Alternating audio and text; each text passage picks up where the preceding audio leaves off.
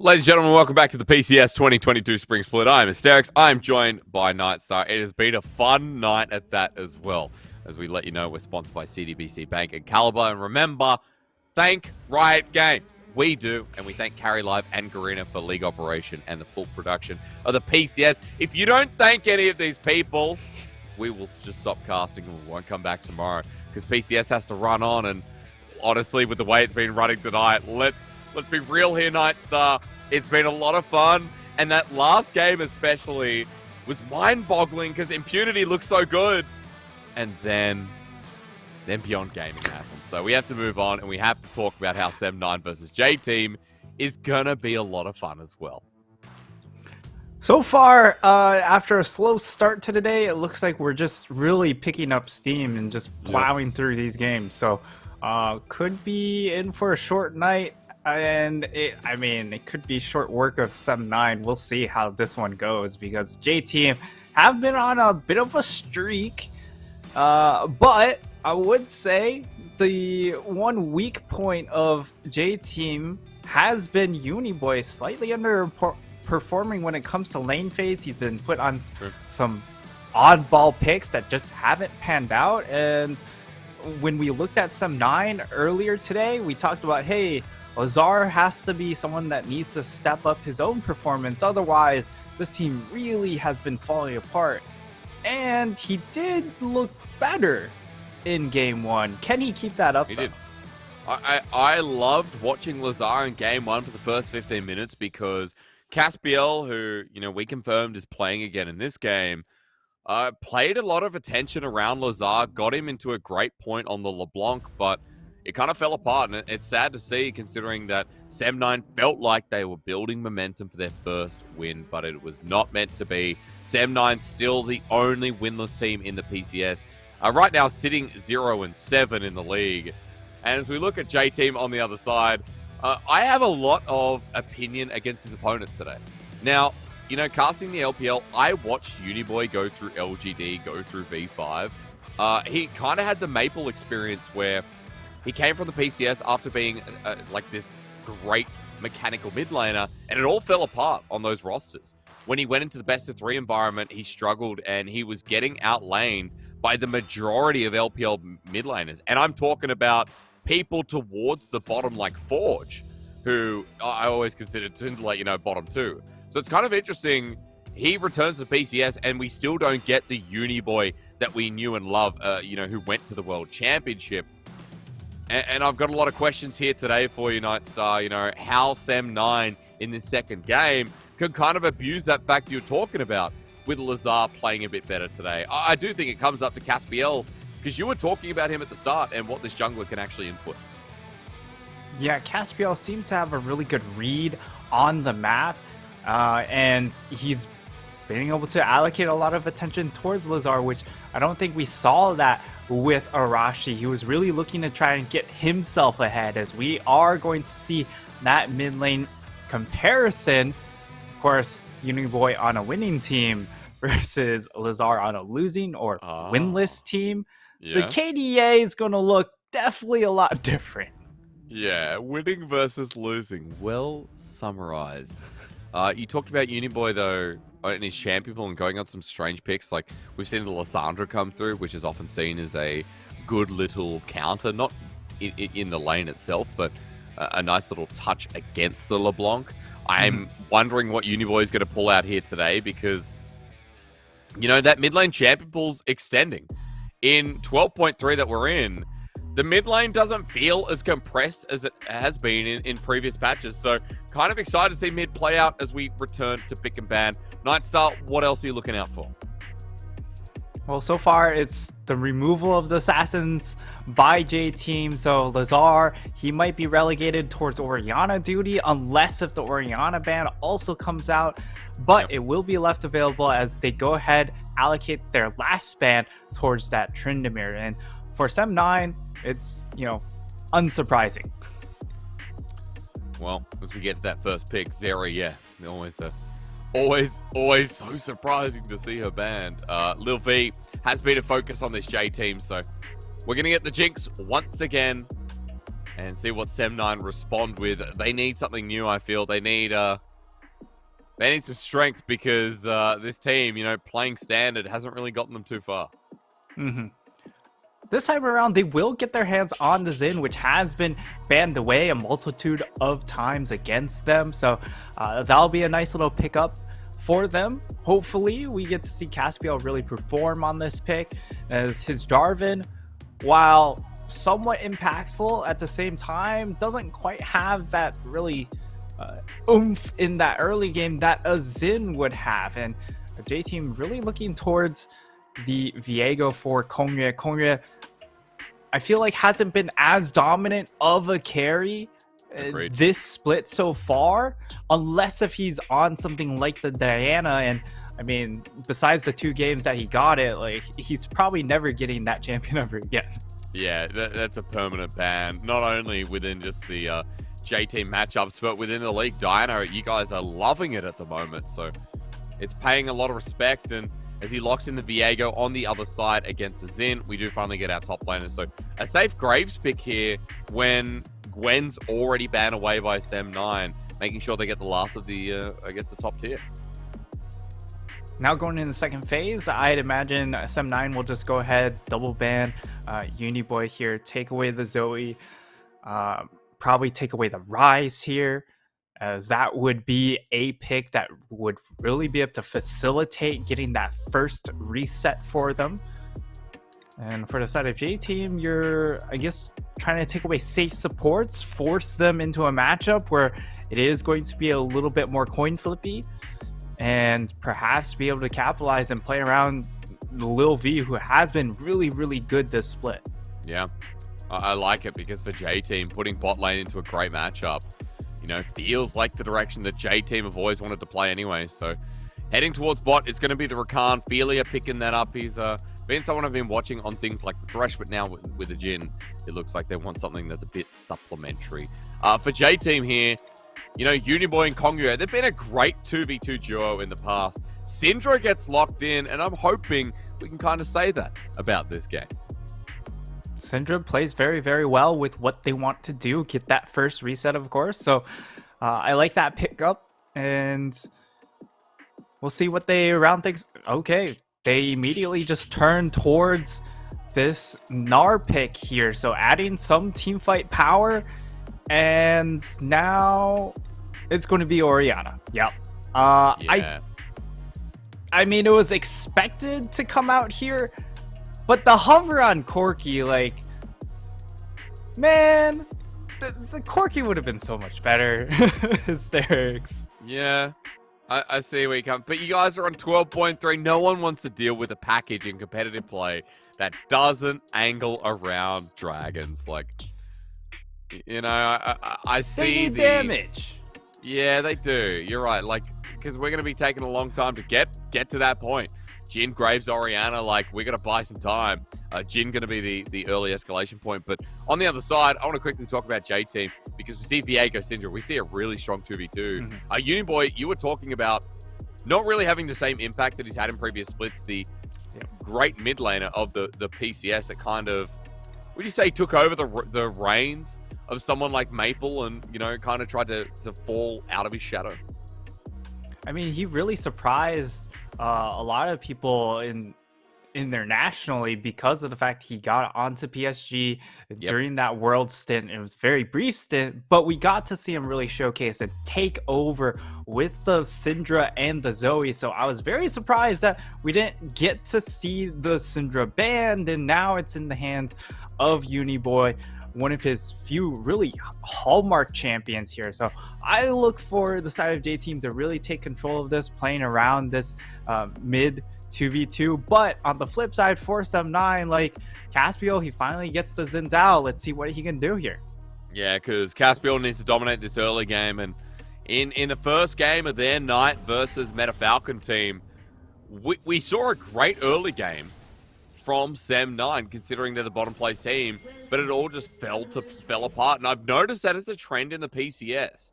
We've had strong early games or contestable early games, but mid-game, just question marks.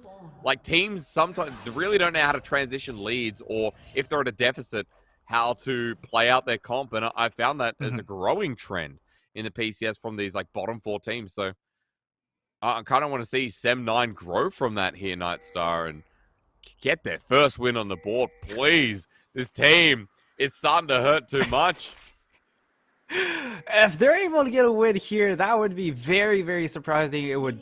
I mean, it would mean so much for them because uh, not only would it be a win on the board, it would be against J Team, one of the Yep. teams in the upper half of the standings, which would be massive. So, uh, hopefully, we get to see those improvements carry over, and at the very least, we get to see a bit of a change here. Caspiel gets his hands on the Zin. When I compare Caspiel to Arashi, Arashi was more of the all my lanes are on fire, but I'm going to go ahead and go on my merry way. He kind of ignored all the disasters and tried to get himself snowballing, whereas Caspiel, I mean, he's trying to put out these fires, but it hasn't necessarily been successful. No, and you know, all the fires that come through. Nice dredge line onto Clay X. Enzo with a root down onto Felia as well. He's made the engage. Ignite goes down. This is going to have to be another summoner as he flashes away. Now back onto Clay X, who walks into melee range. Oh no, they flash again. Lil V as well. J Team's bottom lane with the absolute Chad move. All right. Usually you won't see a level 1 death right there, but I mean, it's just a bit of an overextension coming in from Sem9. They just don't play the spacing outright, and it allows Enzo to get himself that really nice hook there, and they're able to transition it into a first blood. Clay X still has his flash, and because J Team did have to expend both of or all of their summoners there, so both flashes, it could be a target for Caspiel to try and target to even things out very quickly. It's just crazy to me that 2v2 looked like it was done for a summoner trade, and then Enzo flashes in, Lil V on the same page. This is what you come to expect here out of what I think is, you know, the strongest, or at least one of the strongest bottom lanes in the PCS. As Kongyue is moving mid, Feely is going to spot him out. Lazar in trouble. He's going to get rooted down. Still has the flash available. Will he get to use it? No. Lazar targeted, and the 2v2 mid even adding insult to Sem9's injury. Hysterics, I don't know why he was hugging towards bottom side. He knows his jungler is towards the top side, and Felia just came out of spawn, and just doesn't have that, not a whole lot of control. And this is one of the issues we've said time and time again about Lazar, is that he just doesn't quite seem to have a handle on how to play some of these lane phases. Yeah.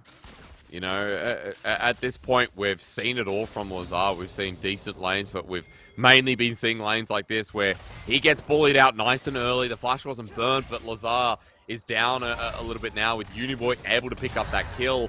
It's going to be a tier on the Syndra as well, looking for the new ability haste from the Seraph's Embrace. And as we come into an early game state at 4 minutes, just note that it's a 1k gold lead for J-Team. Kongyue in a great position, and Lazar will be lucky if he can continue getting trades like that. Yeah, and the big thing is Kongyue hasn't been really put under pressure to try and make a play before he hits level 6, which means he's going to be able to get to level 6 very comfortably. Caspiel now is on the fire. Down. I mean, that's a Hex Flash over the wall. Caspiel now getting hit with the Nautilus face-to-face. He flashes over the wall, but Felia now getting hit himself. It's going to be a reset, but Caspiel stops it. That's great as Lazar comes in. No shockwave available, but Enzo buying time for Uniboy, and Clay X gets him as well. A shutdown, a stampede from Sem9 to stop the rushing from J-Team. An excellent turnaround coming in for Sem9 as Felia, he gets a great knock up there to save his jungler, allow Caspiel to flash over the wall, and this time the team's there to respond to him being on fire, and now they help bail him out. He's in an okay spot, and Clay X also able to recoup some of his losses. I love that Caspiel had the audacity to jump back in, knowing that he could actually help out with the play, because if he didn't, then Kongyue gets the reset. Yeah, that's right. And the fight goes very differently. So making the play there for Caspiel, again, trying to put out the fires. That's what you were saying about this early game from the jungler of Sem9. He's different from Arashi in that sense, and this time around, it really benefits Sem9. Getting back into an early game that already looked like a disaster. Yeah, and while they are still down a little bit of gold, it's fairly manageable in this situation. And I mean, you talked about Caspiel making a very audacious play. Could you say he made an audacious charge? I could indeed. That pun is going to come with a flash for flash on screen. So no more of that Night Star. You've been put in the corner with now Lazar's summoner finally being down. Kongyue burning his own is interesting, but still going to be a worthy trade. Yeah, you'll definitely take the trade when it comes to jungle versus mid flash. As okay. That was pretty... Driver in the solo lane. That, yeah, pretty big, right? The flash now being burnt from Shuramain after the Gnar ulti, and Kongyue is down on the bottom side doing Dragon. So... They want to contest, apparently. They do. But Dragon's already gone down. Caspiel coming in. Dredgeline, though, lands on Ophelia. The zap as well. Caspiel doesn't have the ulti. It's a 3-man shockwave, but it does no damage at this point. And with a reset, Kongyue becomes Caspiel. Zap down. Lazar dead. The flash burnt before. And even Driver in the top side as the rocket helps out. J-Team thinking in 4 dimensions as the early game once again returns to their solid favor. Oh my god. The side of Sem9, they really wanted to try and contest that dragon, but A, they were late to the party, and B, well, ClayX was behind on the play. He couldn't get inside track. That means Lil V is able to output safe damage, and ClayX, he's just left trailing, really, to watch the rest of his team go up in flames. We're going to see the replay as we are able to see, well, Enzo's here, and Philia decides to jump in, and now Lazar, he doesn't have a whole lot of mana. The only mana he has is to just cast his shockwave, which he does, and it lands. It's great. It's beautiful. But, I mean, it's really just wall art at that point. There's no real point to it. J-Team just run away with that fight. Oh, we've seen so many beautiful plays coming through from J-Team in this game. The overextension towards the bottom side, the only mistake. Everything else has been bliss. And Nightstar, we're back to a gold lead. That's pretty big for an early game. 2,000 gold this time. As Philia keeps roaming, trying to give safekeepings to Lazar. He knows that Kongyue is always hunting, and at this point, like, Sem9 playing the defensive to stop it from getting any worse than it already is. Yeah, and Sem9 are investing a whole lot of resources. We kind of just see this all the time, at least in previous games as well. Caspiel's under fire. He's got ulti this time, though. Scatterweed comes through onto Philia. Kongyue still poking him down. Lazar has ult. Yeah, that Shockwave, an important tool you just mentioned. And it's around this Herald that they now want to proceed. J-Team, though, have the health bars for now. And Driver has Mega Gnar in the top lane, which is worth mentioning. So we'll see how Herald progresses now, Nightstar. As Caspiel, again, is the target. Bit of trading here from Kongyue. Smite goes down as well. He starts burning Philia to help out, but Kongyue gets pulled into the Shockwave. Okay. And again, J-Team a bit too deep. His Driver's in there, though. The Mega Gnar brings it back. Drive all the way. Where are you going? Lazar didn't pay for the taxi service that he's given for an absolute freedom. Now he's just going to run down Shiramini as well. And it's going to be a great success. He has, of course, the steel cap, so he is going to be a lot better off in these trades. And man, J-Team, I mean, it was Kongyue going a little bit too far, but he knows that there is going to be follow-up. He knows the rotation is going to be there faster coming in from his top laner, and now Caspiel is in pinch. He's got no Crescent Guard as well on the wrong side. He can't get Mega Gnar, though. And he plays but Kongyue's over the wall. Now with the unleashed power from Uniboy, it sets up the first reset of the battle. As Kongyue returns, gets a knock up, the 3 Talon Strike, and a Heartbreaker to boot. J-Team, just when they get caught, they pull them back in. Starting to look like an LPL game here. We've got 14 kills in 10 minutes. Like, dude, you guys always look like an LPL. To be fair, I think PCS is more aggressive this split than LPL is. I say that with absolute truth.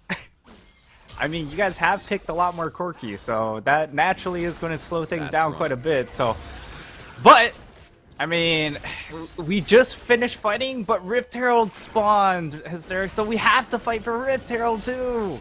We do, of course we do. The PCS loves Blood, and Heartbreaker almost off cooldown as Enzo's engages have been great. Look for the shockwave though from Lazar. It's going to be big as Enzo will be the first to go down. Driver joins in. His ulti still up and available. He's about to go Mega, but no one from J-Team wants to return. So Sem9 still getting a trade despite being so far down. Sem9 strike back immediately. They get themselves this Rift Herald. And, I mean, it's not to a large cost, right? Because Lil V, he is not shoving for plates in that situation. So he's not able to essentially get the Rift Herald reward that you would get from dropping Rift Herald. And so he isn't able to answer back. I think this is a great play coming in from SM9, but more importantly, it's J-Team not respecting their timers, right? They just don't have their ultimates available to them. Right. So as such, Crescent Guard becomes available. All of a sudden the fight advantage is actually in favor of Sem9 in that instance. Early damage of Xin Zhao as well, and you know, Lazar's shockwave has to be respected too.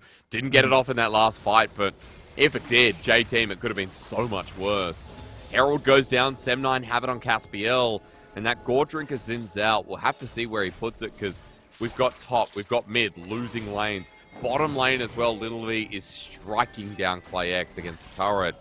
There's not many options available, and Caspiel might have to create them here as Kongyue runs interference.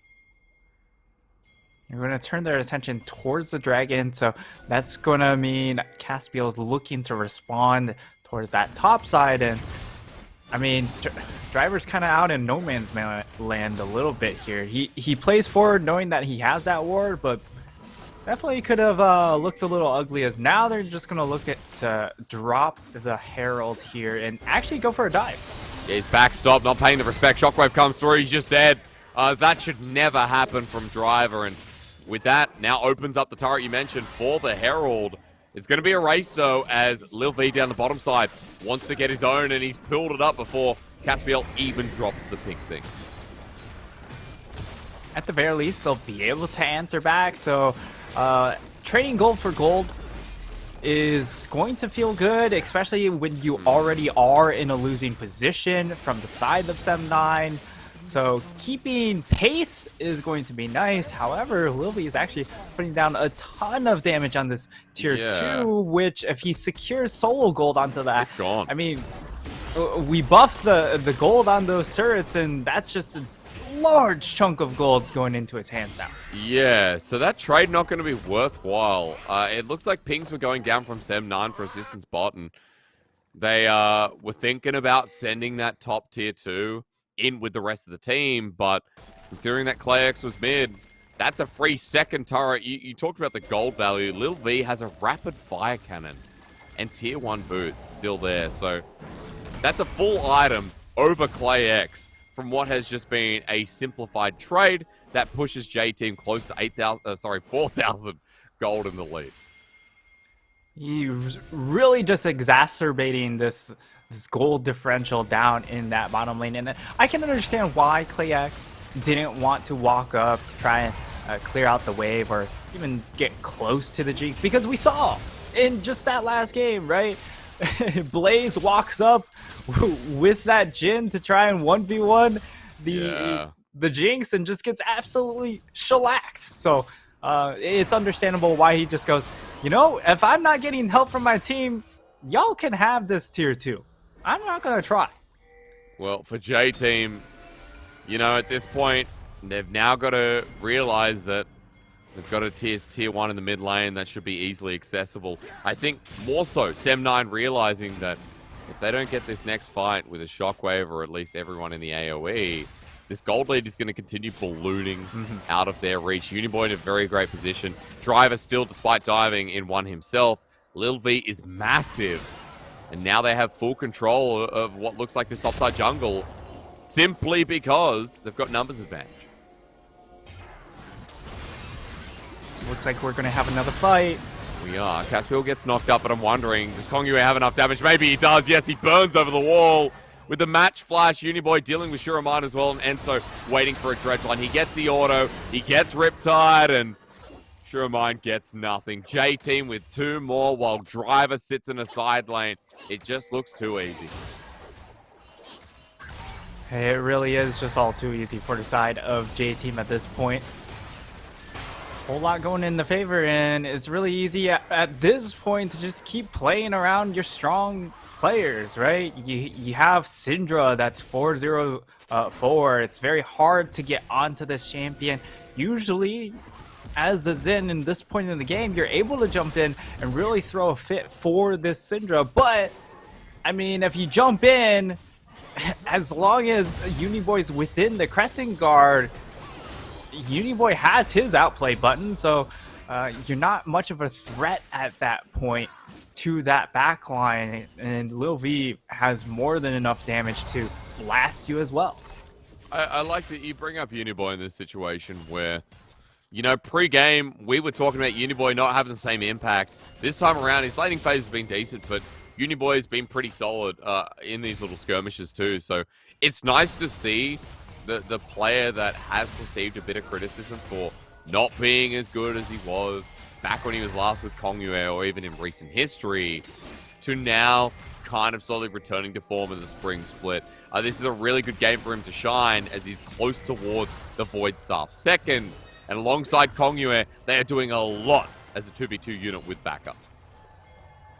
Yeah, a bit interesting that he does go for the Void Staff, as there isn't necessarily a ton of resistances built up, at least item-wise. Of course, you are going to have some hidden MR boosts coming in from Hullbreaker, but that's only in certain situations, of course, when he's by himself. So perhaps they're suggesting that they want to put Uniboy in a 1v1 against the Graves, since Uniboy can match with the teleport, but now we're just going to have a bit of an A-ramp. So very comfortable with this situation from NA. Feels like J-Team are grouping towards the Dragon because third Dragon will move to Soul Point. It's an Ocean Soul. And for Sem9, forced to be around this objective when Meganar is about to come up. Enzo with the engage. Felian in the backline. Enzo sacrificed, but Driver does it again. An instant double kill. J-Team are on the board in more than a big way. As the poke, the burst, and Driver taking us in a nice little Ferrari ride. And they're just going pedal to the metal at this point here. We're going to have the curtains called, but I mean, there's no curtains to call in that situation. They're going to lose this next tower as well. Lil V is going to get excited. He'll be able to walk out. They get themselves a third dragon. Everything going into the hands of JT.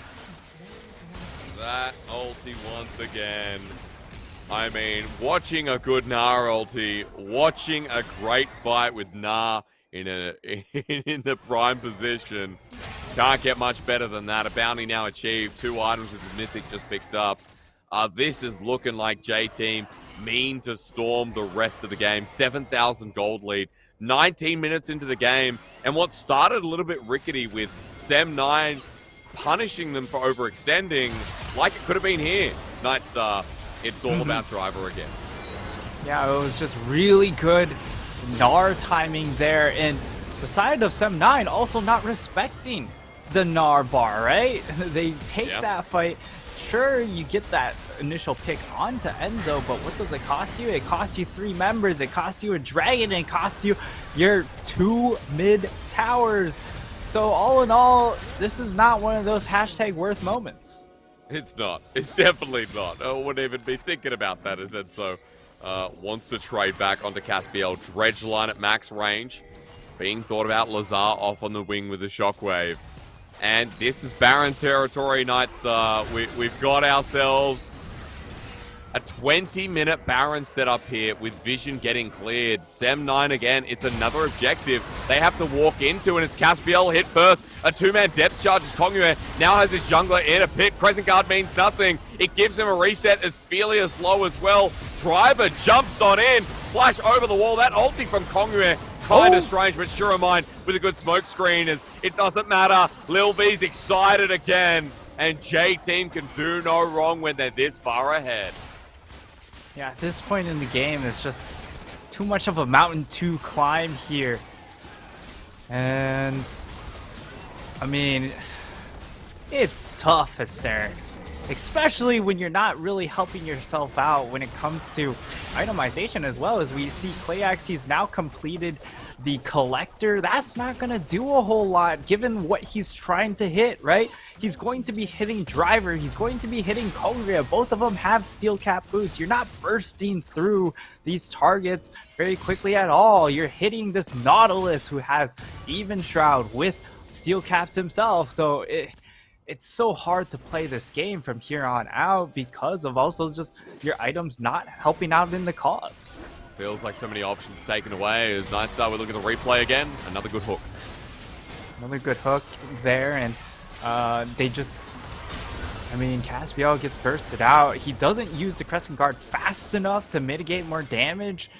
And then at that point, Lazar, he's trying to help out his jungler in that instance, which gives Driver the easy path to just walk up on him. So it's pretty smooth sailing from there. And yeah, unfortunately, they don't get Baron off of that because, well, I mean, your jungler died. So you don't want to try and flip the game back to them randomly. But, you know, at this point, I wouldn't even see J-Team desperately need the Baron. They're 8,000 gold ahead. Enzo flashing in. Now going to depth charge after missing it. Caspiel wants to get out, but Driver's in against the wall. Knocks him down, and you can see the backline. 7-9 still taking a lot of damage, but the curtain call bullying out as half HP Enzo goes. But look at Kongyue, still a threat until he got down to about 1/3 of his HP. So J-Team try, but Sem9 used every ultimate to survive. And now that'll definitely be the Baron started by J-Team. I'm quite surprised that Sem9 did not just shatter to pieces in that instance. Caspiel playing the fights really, really well still, and able to provide easy ball targets for Lazar on this Orianna. But unfortunately, they're not going to be able to get close to this Baron. So that will be Baron going into the hands of J-Team. So go ahead, recall, spend the gold that they have. They've accumulated a lot of gold leads still, and it should just come down to this next dragon fight, Hysterics.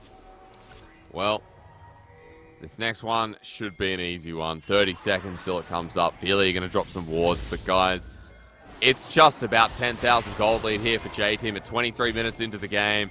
That void stuff completed for Uniboy, who is well and truly on the way to getting his third, which would be the Seraph's Embrace. But J-Team with the Baron buff and teleports available, as Seraph's, was just completed by Uniboy, flat out.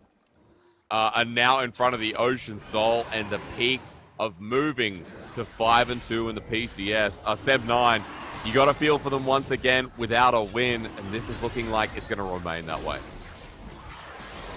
Yeah, and it feels like they're just a little bit shell-shocked here, because you even looking at itemization, Lazar, he's gone for the Hourglass second item. Clayax, we already touched on it, going for the Collector. That's not going to help him get kills. And same with Lazar on with this Hourglass. The only way for you to get back into this is to hit a multi-man shockwave that just decimates the other team.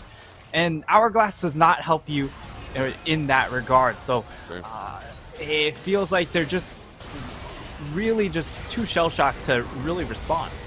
Trying to buy time and get somewhere in the game, but the game's going to be over because Enzo's found another hook onto Caspiel. Crescent Guard's out, the curtain called the back line, Kongyue the target, and not sure who the rest is. Enzo's just going to take it, but he doesn't care. It's Ocean Souls, the dredge line is being prepared again. Inhibitor goes down onto the Nexus turrets.